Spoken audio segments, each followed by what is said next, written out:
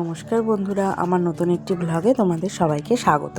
তো দেখো রেডি হয়ে গেছি মেয়েকে স্কুল দিতে যাবো বলে। তো চলো ব্যাগটা গুছিয়ে নিই। তো এই দেখো ব্যাগে বই খাতা আগেই দিয়ে দিয়েছিলাম। তো টিফিনটা করেছিলাম, ঠান্ডা হচ্ছিল বলে টিফিন বাটি আর জলের বোতলটা পরে দিলাম।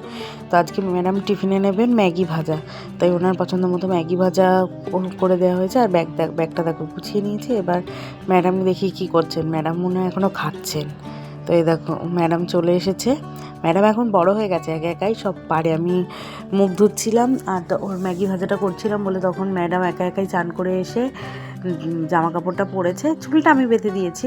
তো এখন দেখো ম্যাডাম স্কার্ট পরে নিচ্ছে। আমি বলছি দে পরিয়ে দেই, বলে না। তো চলো এই দেখো ম্যাডাম রেডি। এখন টাটা দিয়ে ম্যাডাম স্কুলের উদ্দেশ্যে রওনা হলো। তো স্কুল থেকে দিয়ে চলে এসেছি। আজকে একটু দেরি হয়েছিল আসতে, মা বসিয়ে দিয়েছিল রুটি খাওয়ার তরকারিটা। আজকে হচ্ছে বাঁধাকপির পাঁচ তরকারি। তো বাঁধাকপি, আলু, বেগুন, শিম, কুমড়ো, টমেটো সব দিয়ে পাঁচ তরকারি। এই তরকারিটা খেতে হেভি হয়, রুটির সাথেও ভালো লাগে, ভাতের সাথেও ভালো লাগে। তবে বলবো রুটির সাথে বেশি ভালো লাগে। আর ওই জন্য হতেও খুব সময় নেয় বলে আগেই বসিয়ে দিয়েছে মা। তো চলো রুটিগুলো ঝপাঝপ করে ফেলি, দেরি হয়ে গেছে, খিদেও পেয়ে গেছে। ওই জন্য দেখো রুটিগুলো তাওয়ায় দিয়ে দিয়েছি। আমি না আবার ওরকম একসাথে সবগুলো মানে ছেঁকে নেয় যে, ওইটা পারি না। আমি এরকম একটা একটা করেই চাটুতে করতে আমার বেশি সুবিধা হয়, আর ভালোও হয়। আর ওরকমভাবে করতে গেলে না শক্ত হয়ে যায়। তো দেখো সব কটা রুটি হয়ে গেছে, রুটিগুলো দেখো নরমও হয়েছে। তো এবার দেখি তরকারি বাবাজির কী খবর। এ দেখো ঢাকা তুলে দেখি এখনও বাবুর হতে অনেক সময়।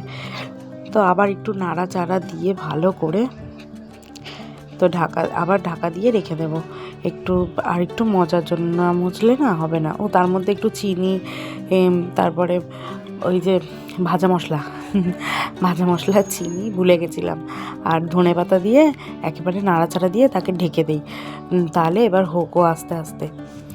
তো এবার নাড়াচাড়া দিয়ে এবার ঢেকে দেবো। যত এই তরকারিটা জল বাদ দিয়ে যত ঢেকে করা যায় তত খুব টেস্ট হয়। জল দিলে না অত টেস্ট হয় না। তো নেড়ে ছেড়ে নিয়ে এবার ঢেকে দেবো।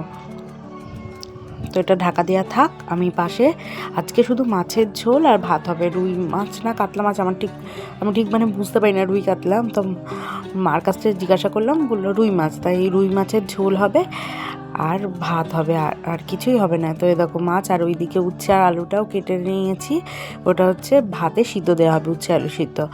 আর দেখো তেল গরম হয়ে গেছে সুন্দরভাবে। এবার মাছগুলো এক এক করে ছেড়ে দিই। তো মাছগুলো আজকে বেশি মাছও না, আজকে একবেলার মতনই মাছের তরকারি হবে। কারণ রুই মাছ না সবাই খুব একটা খেতে যায় না, বাচ্চাগুলোর জন্যই মেন মানে রাখা হয়, কারণ ওদের খেতে সুবিধা হয়, কাটা থাকে না। তো চলো মাছগুলো ভেজে নিই।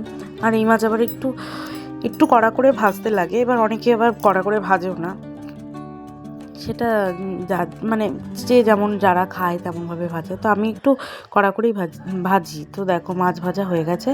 এবার কড়াইতে তেল দিয়ে দিয়েছি আর একটু। এবার জিরেগুলো দিলাম, জিরেগুলো এবার চরং করলেই দিয়ে দেবো টমেটো কুচি। তো টমেটো দিলাম।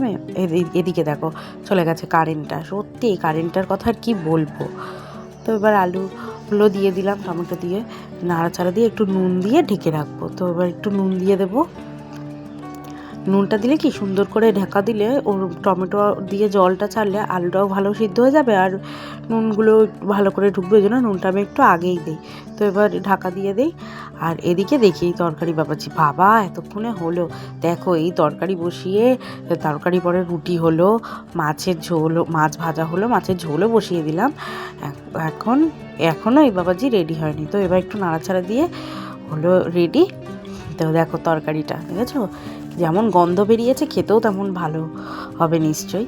তো দেখো আমি তরকারি আর টমেটোর চাটনি, এটা হচ্ছে টমেটোর ঝাল চাটনি, কালকে রাত্রিরে করেছিল।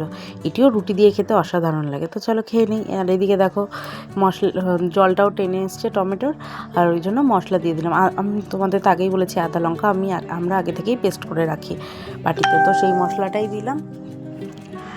আর দিয়ে দিলাম রোজকারের গুঁড়ো মশলা, লঙ্কা গুঁড়ো, জিরের গুঁড়ো, হলুদ দিয়ে একটু জল দিয়ে, যাতে মশলাটা তলা না লেগে যায়, ওই জন্য জল দিয়ে ভালো করে কষিয়ে নেব। তো চলো ওটা কষতে থাকুক। আর এদিকে কারেন্ট নেই বলে আজকে কারেন্টেও জল গরম করতে বসাতে পারবো না তরকারি, তো গ্যাসেই একদিকে বসিয়ে দেবো। তো একটু কষে নিই, নইলে তো আবার কাঁচা মশলার গন্ধ ছাড়বে।